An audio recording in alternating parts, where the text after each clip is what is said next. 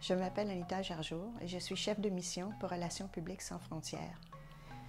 Je suis allée au Burkina Faso en 2013 pour travailler avec la Coalition nationale contre la violence faite aux femmes et aux filles. Lors de cette mission, j'ai eu l'occasion de me rendre à Fadam-Gourma, qui est une ville à quelques heures de route de Ouagadougou, la capitale du Burkina Faso. Rendu à Fadam-Gourma, ma mission était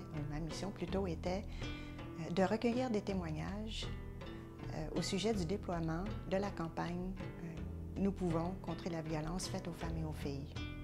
J'ai rencontré des travailleurs sociaux et tout particulièrement un homme d'une trentaine d'années, un homme éduqué, un professionnel de la santé, qui avait participé à une causerie de cette campagne contre la violence faite aux femmes et aux filles.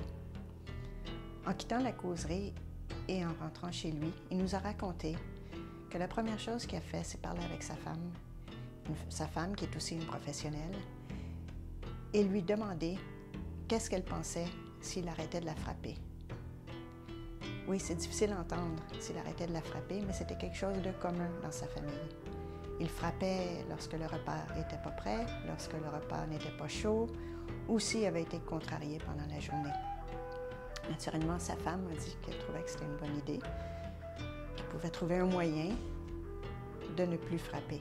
Il a pris une entente avec sa femme que si jamais il ressentait le besoin de la frapper pour une raison ou une autre, qu'il irait faire une marche.